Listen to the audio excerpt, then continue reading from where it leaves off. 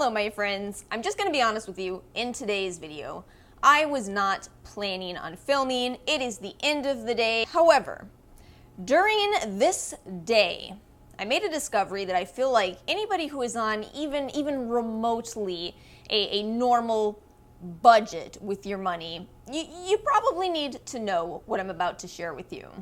So I have an upcoming What's New in Skincare video, and I don't know if you guys can guess this or not, but for the entire month before I film that video, I spend a lot of time on the websites looking at new products, looking at reviews of those products, looking at ingredients of those products, and sure enough, there's a new brand on the Sephora website that I've been looking at for the past couple of days. This is yet another brand where the price tags are way out of my budget, but you know, I can respect that some people can afford to buy $245 serums, right? So I figured, you know, if you're gonna have that price, let's make sure that this person who owns this brand is really somebody that is reputable in the skincare world. The name of this brand is Dr. Laura Devgan. Hopefully I'm saying that correctly. And I did go and do some more research into her as a person. She is a plastic surgeon, apparently a world-renowned plastic surgeon based out of New York. Most of her website focuses on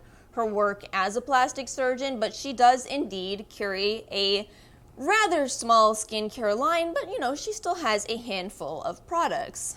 So at this point I'm thinking, great, this is something that I'm sure my fellow skincare enthusiasts will be happy if I share with them. So I go back on the Sephora website, I'm looking at all of her products, and I'm sitting there noticing, wow, these products that have been on the website for maybe a month, maybe slightly longer than a month, they really have an awful lot of reviews. Now my immediate assumption when I see that is that products probably went out through Influencer, and I just want to be clear, I don't have any problem with this. What happens if you get products through influencers, you are supposed to go and give a review, but you're also supposed to click a box that said received free sample. This is the same type of disclosure as YouTubers sitting here saying I received this product free. Same type of deal. It helps us as customers to know if there could be any bias whatsoever. And I don't think that there always is a bias, but I do think, we're talking about $245 products that if people receive for free,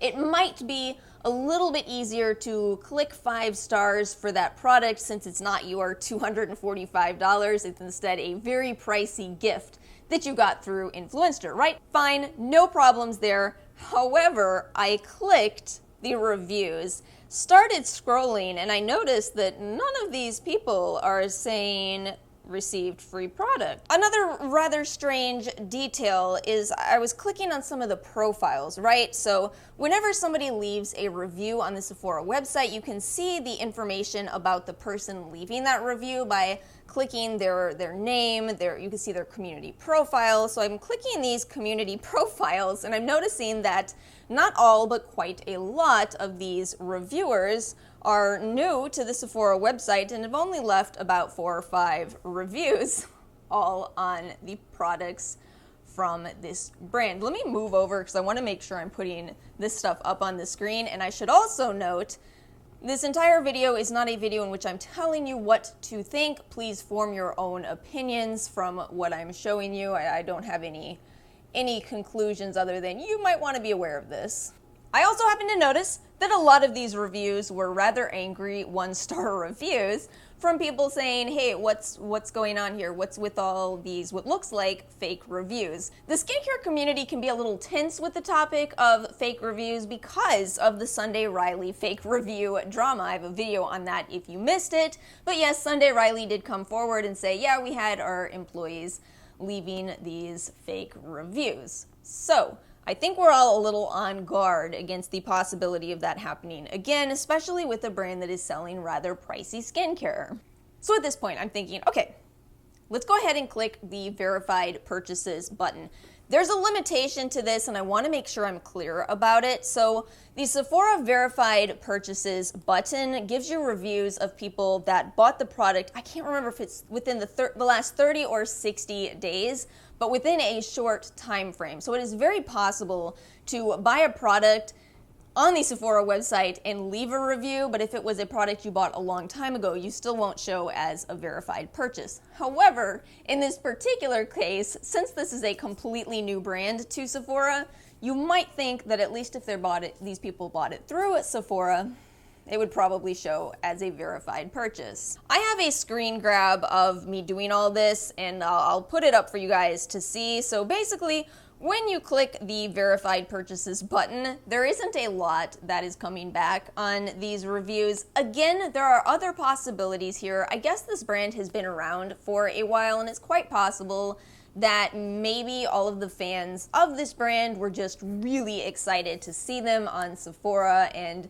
just really felt the need to open a Sephora account and leave 5 reviews for this brand. I'm not saying that that is impossible. It's possible.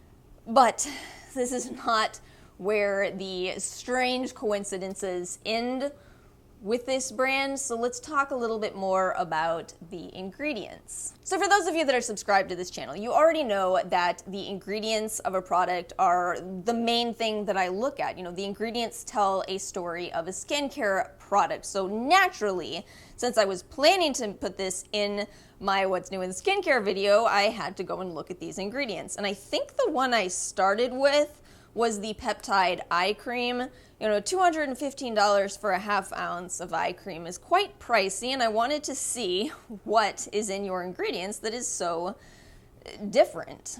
Now, in my personal opinion, and this is just strictly my opinion, I was looking at this ingredients list and thinking, you know, it seems like it's not that unique of an eye cream. Again, to me, certainly not a over $200 eye serum. But I thought, you know what, let's go ahead and punch in a couple of these ingredients into Google and see if we can pull up any dupe type of products, see if there is something that I could share with my subscribers that's not $215 and yet still close to this product. And that is where things went very strange. So when I put those ingredients into Google, another company came up by the name of Raouf MD, and they're selling an eye cream called the Neutral Eyes Complex for $87. I scrolled down to the ingredients on this product and I thought those look very, very similar to the $215 one I was just looking at. So now I have the Sephora website up and I'm looking directly at the ingredients to Dr. Laura Devgan's, and then I have the Raouf eye cream on another screen, and I'm going back and forth and I realize they are completely the same. It does not end there, because I went back to my search results and happened to notice that the brand Dermatology has an age reversal eye cream for $51. And at this point, I'm just going to put all 3 of their ingredients lists up on this screen. I really want to make sure that we're just having an honest conversation about this. So something you all need to know is that looking at the ingredients list tells you a lot about the products, but it doesn't tell you everything. You cannot look at an ingredients list and know the specific recipe. It's kind of like baking cookies. You could look at the ingredients that go into cookies, but how much? Do I need 2 cups or 1 cup? How much of each of these ingredients go into my cookies recipe? It's a very similar question when looking at the ingredients of skincare. So it is entirely possible that the percentages of these ingredients might vary. However, it's probably a little bit strange for them all to have the exact same recipes. You guys know me. You know, if I have made this discovery, are we going to stop here and just make a video? No, we are going to take a look at every single product on Sephora's website. Thankfully, it's only 5. So I did the same thing. I went through every single product, copy and pasted the ingredients list into Google, and found very similar products. Let's go through them. So first off, we have the Dr. Laura Devgan Scientific Beauty Hyaluronic Serum for $245 for an ounce. When I put this into Google, I came back with the Dermatology Needless Serum for $69, and there are the 2 ingredients lists for those. Dr. Laura Devgan Vitamin C, B, and E Ferulic Serum, $145 for an ounce. This one came back with, again, the brand Dermatology. I guess it's similar to the name of God. Dermatology's Advanced CE Ferulic, which is $69 for an ounce. Again, very, very similar in ingredients. We have the Dr. Laura Lip Plumper, which is $50. This one actually came back with some interesting finds here, some completely different brands. I found the Replenix Plumping Lip for $37, and then the Revive Lip Treatment for $36. A little bit of potential variation in the way that they laid those out. Not sure there is SPF in all of those, but incredibly close nonetheless. And then last, the Platinum Long Lash Serum. This one is a $150 eyelash growth serum. As far as this one, the only similar product came back from New Life Aesthetics, which I don't even know where you purchase it from, but you can see the ingredients list side by side on that one. So what does all of this mean? What can we take from this? Do we have a situation of companies duping Dr. Laura's products, or do we have a situation of fake reviews? What is actually going on here? I don't know how relevant what I'm about to say will be for all of you, but if you've been in the makeup community for a long time, you might be on the same page with me before I've even said this. So several years ago, Stephanie Nicole made a video about the brand Morphe in which she talked about this concept of private labeling. She was showing how the ingredients in their palettes were extremely close to crowns. I'll make sure to link that video in the event you've never seen it. It was certainly a video that blew my mind years ago, and it's kind of the first thing that came to my mind when seeing this situation today.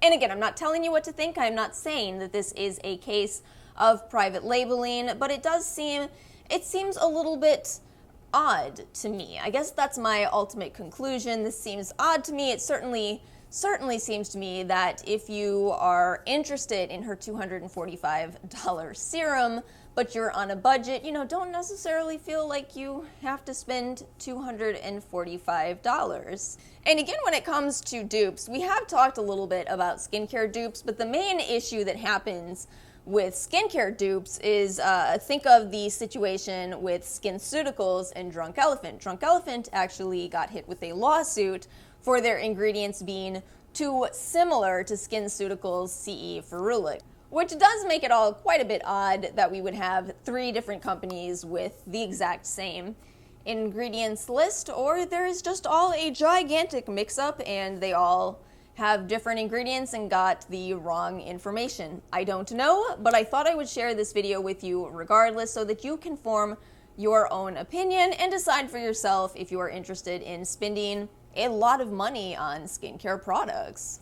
So do feel free to share your thoughts in the comment section below, and thank you guys so much for watching. I'm really hoping to get back on a regular filming schedule, so it's a little odd that I say that on a video that's completely unplanned, and yet here we are. I'm going to be trying to get back on the Monday, Wednesday, Friday filming schedule. So again, thank you guys so much for watching today. Make sure to like and subscribe, and I will see you all next time.